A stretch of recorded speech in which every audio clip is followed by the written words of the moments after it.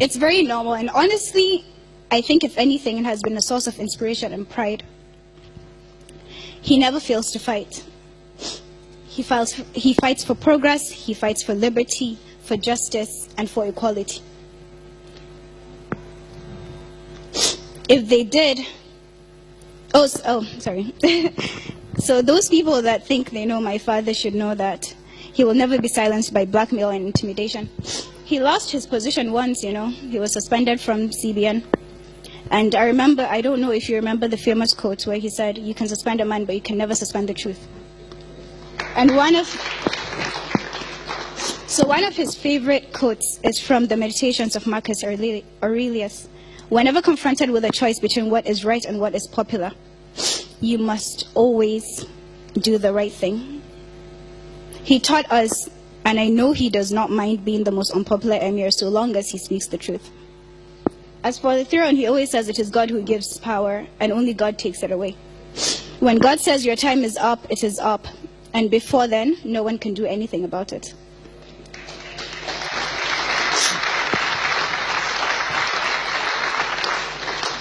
I'm sure my dad would love to remain an emir for the rest of his life. After all, it was all he wanted to be. But I know he will not at all cost.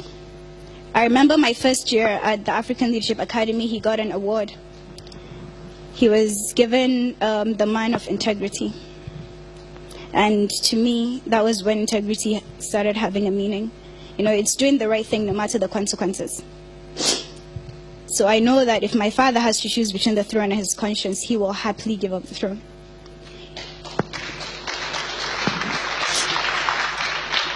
He has already accomplished his ambition of succeeding his forefathers, and frankly is the same person I knew as a banker and as a central bank governor. As an emir, he has not changed and will be the same person even as an ex-emir if it comes to that. But he will not be silenced, that much I know. And we as a family are all behind him, and whether or not he is in the arena, this is our battle to fight, and we are determined to win. Not just his immediate family, all of us. I stand here as a human because every human must stand up and fight the atrocities we are facing. My father has already given you the data. The facts are there. So how is it okay for us to be comfortable knowing the situation of most of us? Are we delusional or just silent? Sure, we can all do what we can to help organizations and movements like BBOG, which are doing amazing work fighting for human rights, but our leaders who are supposedly responsible for us, what are they doing? Our policy, everything that's supposed to protect us, how come it's just destroying us? Now, this might just spark another controversy, and I'm sure it could easily be interpreted, but I truly do wonder how we can keep fighting Boko Haram when we truly are making our homes, the homes of the average northern Nigerian, almost as unbearable as those of the victims. We deprive them of education, we marry them off early, we don't protect them. This is not even on a society level. Even at home, family, the husbands, in fact, the fathers that should protect a woman don't always. They have kids young, they get exposed to diseases, they get divorced, they're left on streets because husbands don't want them anymore, and fathers already got rid of them. I can't tell you the people that come to my father every day, like in the council, just looking for help. There are women on the streets all the time. There are children that their parents can't take care of. They have kids, and I remember we all got offended when Mrs. Patience called us the Almajiris of the North. But to be honest, if we stop and think about it, isn't that what we really are? We have children and we send them off to streets. We don't give them food. We don't give them education. We just leave them there. So whenever people talk about the North, whenever we criticize the North, we get attacked. And then they say we have forgotten history. Okay, sure, we do have great history. But are we always going to live in the glory of our past? Or are we going to start having ambitions for our future? Maybe this is, again, the new mother in me, but I think of my daughter and I want her to be better than me. And I think that as a country, we want the next generations to be better than us.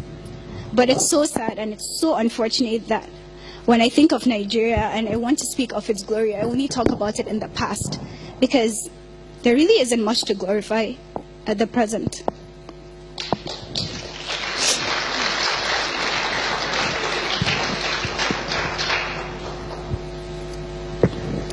So, what are we? We're the same North that lost girls that we still haven't retrieved 3 years later. The same North that's averaging over 70% in poverty. Worst of all, the same North that doesn't want to do anything about it. We blame our people. They do all this to themselves. But the government and so-called people in charge, people responsible, don't they have obligations? So the girl isn't in school. Everyone is okay with us pointing fingers at the parents for not educating her. But some families truly want to send their girls to school. But there are no schools for poor people. There are no hospitals for poor people. You get lucky, say you escape all that, you got the education, you got married when you wanted, when you were old enough to who you wanted, but then you have problems at your workplace. Maybe you don't even get a job. And there's a problem we're facing, because equality is making sure that when a man and a woman apply for a job, they all have 50% chances of getting it. So I think I would conclude now, because I'm taking too much time. But I want to thank you all for making this happen, and I hope that we will all be inspired to be proactive. I'll leave you with a quote that my sister, it's like her favorite quote from Benjamin Franklin. It says, "Justice will not be served until those unaffected are as outraged as those that are." Thank you very much.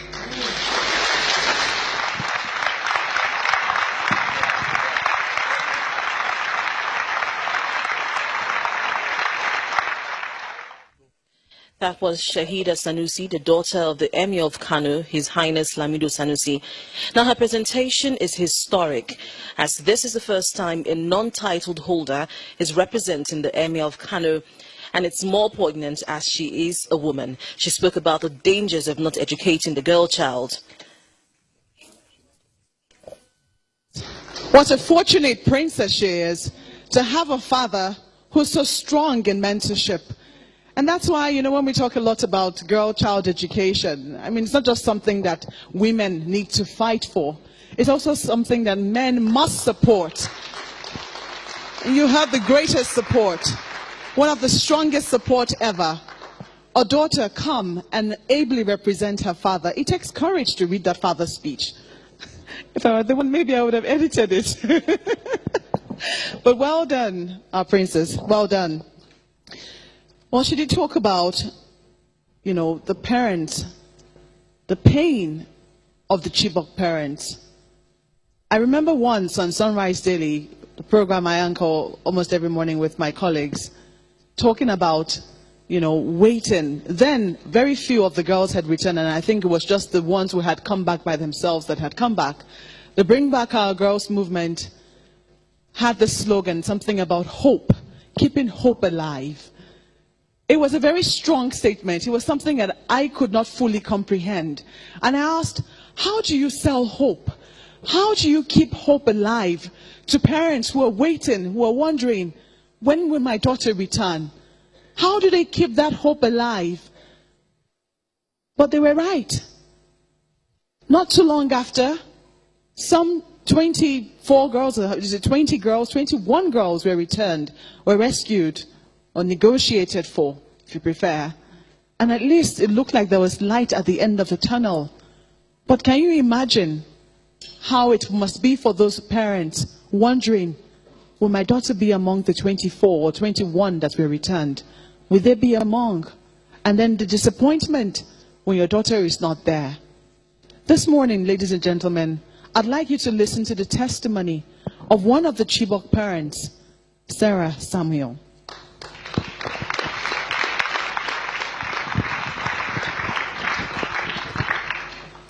Good afternoon, everyone. My name is Rebecca Samuel. I can't continue speaking in English. I will speak in Hausa. Barkanmu da warhaka. Shekara uku 'yan matanmu yau sun cika ba kwana uku bane. Shekara uku